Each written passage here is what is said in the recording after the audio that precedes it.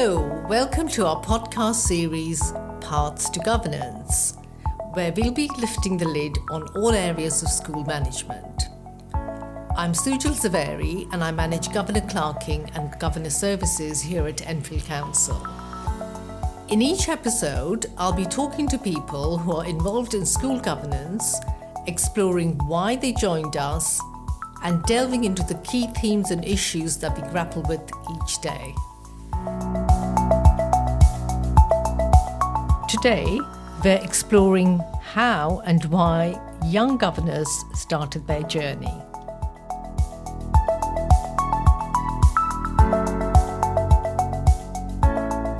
I'm delighted to say that joining us today are Michael and Sophia. Thank you, and it's great to have you with us today. So without further ado, let's delve into our questions. So firstly, when you heard the word governance, what did it mean to you? And how do you think your understanding has evolved over time? Michael? So when I first thought about governance, I didn't really think into it in much depth. That did evolve over time. The first thought I had around governance was more in contrast to other voluntary work I was getting involved in at the time, which was stuff like visiting elderly people or helping at a food bank, and that was quite practical.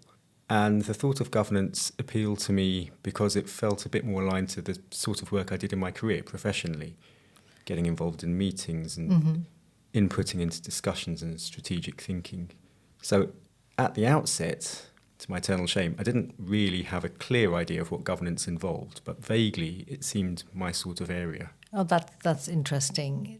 Good to know. And how did you start? What made you think of entering the world of governance, Sophia? So I think initially it was various aspects of the role. So I really wanted to gain leadership and board experience, all whilst doing something for my local community. My mum had been a chair of governors at my own primary school for quite some years, and I always looked up to her for that role. She played a huge role in bettering my education experience and my school. And I also wanted to bring a different perspective to the governing body at my first school. I remember at the time I was the youngest governor on the board. I felt really inexperienced, and I was sat around a table with very experienced governors who had been at the school for 3-4 governor terms, which is, those years do add up. But the more I got into the role, it became quite natural to me, and you get a real sense of achievement and fulfillment for the role. The governor role also provides you with, great networking opportunities because you work closely with other school governors, school staff, parents, the local authority, and you never really know, what doors these relationships could open for you in the future. So yeah, I'd say those were kind of my initial reasons to getting into a governorship role. Thank you, Sophia. That's a really large number of reasons, and I hope that the people listening to this podcast can see the plethora of benefits that they would get themselves. And I must say, working with you over the years, it's always amazed me how confident you seemed. So although you felt not confident, you came across as very confident. Thank you. So on to the next question.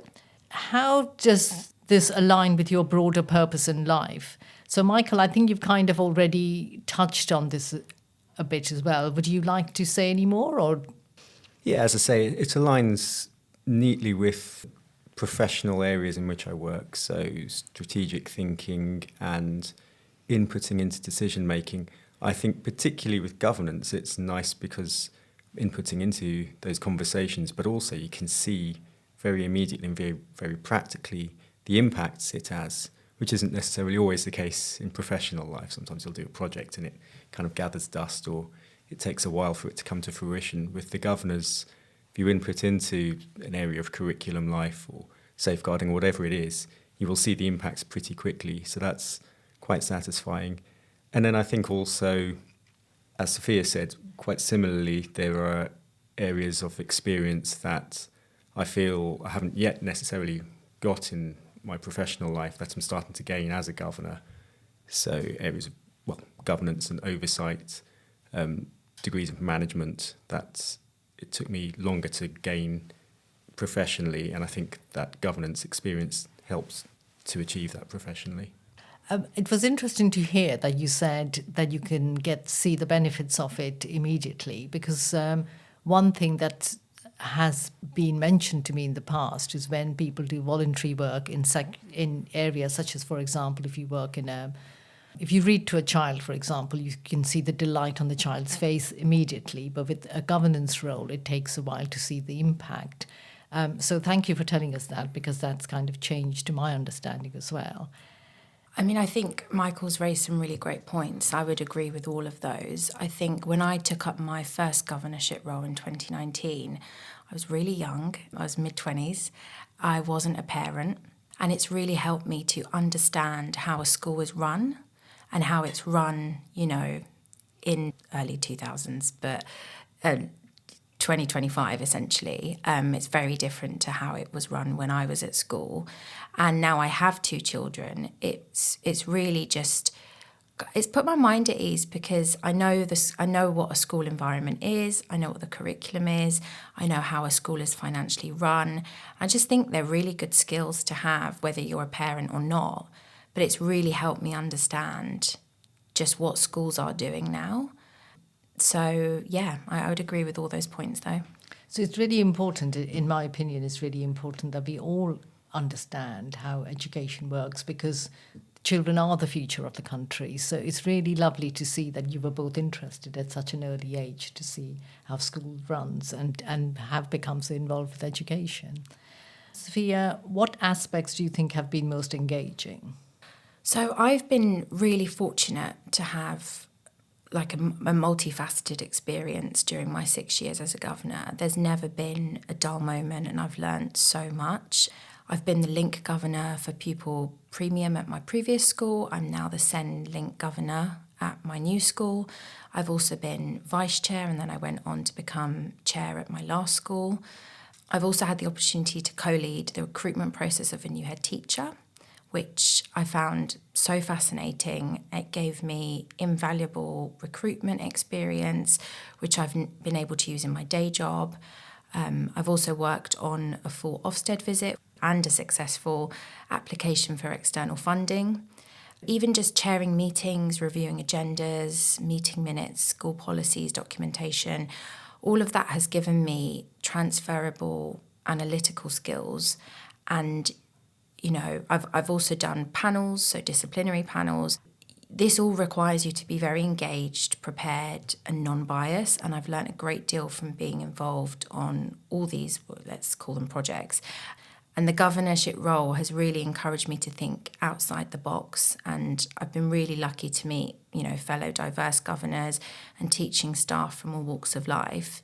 I've found the entire role at both schools really engaging on so many levels. Before we go on, I'd just like to say, Sophia, your daytime job is not education related. So I just wanted to let people listening to this podcast know that you don't necessarily have to come from an education background. You've come from quite a different background. Yeah, so not at all. So my background is I've done 10 years now in legal business development, which is also an area that not many people know about. So I work in an international law firm. I'm not a lawyer, but I do work in the energy and infrastructure sector team. So I lead the business development and client relationship efforts for winning work globally in the energy and infrastructure sectors. So very different. And whilst we do loads of pro bono at my company, we go into schools, we read with children, it's not aligned to the education sector from a business perspective. But we are really encouraged to take up governorship roles. And actually, it was my firm who supported me in becoming a governor. So, yeah, completely different, but all transferable skills. Okay, that's good on your firm. So thank you from us. Michael, was there anything else you wanted to add about what aspects have been particularly engaging? Yeah, very similarly to Sophia, I think the strategic thinking elements I've really enjoyed. Just being able to sit around a table and hear about a problem and try to tackle it, and then bring my professional skill set to bear within the school governor environment. I've certainly enjoyed that. I've also enjoyed getting to interact and getting to meet and know the staff and the other governors as well. They come from a variety of different backgrounds, the other governors, different ages, demographics, different skill sets. So it's been really interesting per se, and just useful as well professionally to get to know them. And I think they've been, just as a governor, those are all of the above is sort of applicable, but particularly becoming chair of governors as well. I've enjoyed this sort of oversight, and there's more, I guess, project management almost that goes into it. You're an all-seeing eye, and there's a bit more organisation, and that's challenging, but I've enjoyed that. Excellent. And how long have you been a governor in? 14, 15 years Oh, now. wow. Yeah, long old time. Okay, that is a long time for someone as young as you. Yeah, started young. So you did start young. And what aspects have been most challenging, would you say? I think some of the practical aspects, to be honest, it's things like any governor will know there'll be a quiet period and then a glut of activity. There's a few meetings that roll over quite quickly, and those require doing a bit of reading beforehand, and that is just part of the deal. You need to know the literature and know the topic before going into a meeting, otherwise there's very little value you add. And sometimes that does clash a bit with life. If it's a busy period at work or there's stuff going on at home with family, you need to carve out that time. So on a practical level, that can be challenging, particularly at first. I think I'm quite used to the routines now. And I think as chair of governors, it's just the constant stream of unexpected things popping up. Meetings will be in the diary for a long time, so that's okay. You can prepare for them, but a crisis will just pop up out of the blue, and it won't care about your diary. So that's always a bit of a challenge. I have heard of what an amazing chair you are. So well done for managing your time and managing the role as well. Would you like to add to what's been most challenging for you, Sophia? Yeah, so actually it's really refreshing to hear Michael say all of that, because when I was chair, I felt exactly the same. You know, you can plan for the meetings, but then something comes out of the blue and you just have to clear everything. I think for me, though, I would say it was challenging at the beginning because it was so new to me. You know, the environment, the language, the acronyms, also the way in which a school is run. So in some ways it's so different to a corporate, but in others it's really similar in the way that it needs to be run, because despite the current financial strains that schools are under across the country, which are mainly due to macroeconomic issues, no school should run in a deficit, right? So it just works exactly like a business. So I think that was my initial challenge, was navigating that. But I'd also just say, like, back to Michael's point, you know, juggling a full-time job, 2 children, home life, you know, the governing role can be hard at times in terms of time management. But I always say if you are passionate about something, you find the time, you know. So it always slots in. Thank you. And again, I've told you this many times, that it is incredible how you manage to do such a tough job, have 2 kids and manage to be a governor. So thank you. Okay, on to the next question. Some argue that this is the golden age for young professionals. You've got increased voice, visibility and access. So, Michael, would you agree with this? Yeah, I can understand why there's that opinion. Yep, I was just thinking of, are they relatively young people in very increasingly senior positions? I remember the Finnish Prime Minister a few years ago. She was in her early 30s. She was Prime Minister of a country. David Cameron, when he came to power, was in his early 40s. So, yeah, a few decades ago, a generation or 2 back, that would have been unheard of. So at that level, yep. And I haven't seen so much of it in the school governor sphere, I have to say. But it's starting to change. I think, as I say, I've been a governor over a decade. And when I joined, the majority of governors were probably retired. At least half of them were retired. Now, 10, 15 years on, more of them are middle-aged, still at work. There are still 1 or 2 retirees, but that age gap is, that age span is changing a bit. And yeah, it's becoming, I think, increasingly acceptable for younger people to take positions of authority and leadership. We're trying to, as you know, encourage more and more younger people to join our governing boards.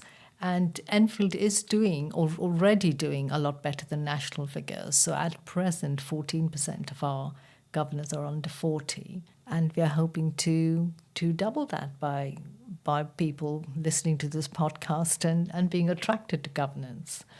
Our final question, how do you think that the role of AI is playing out in the area of governance?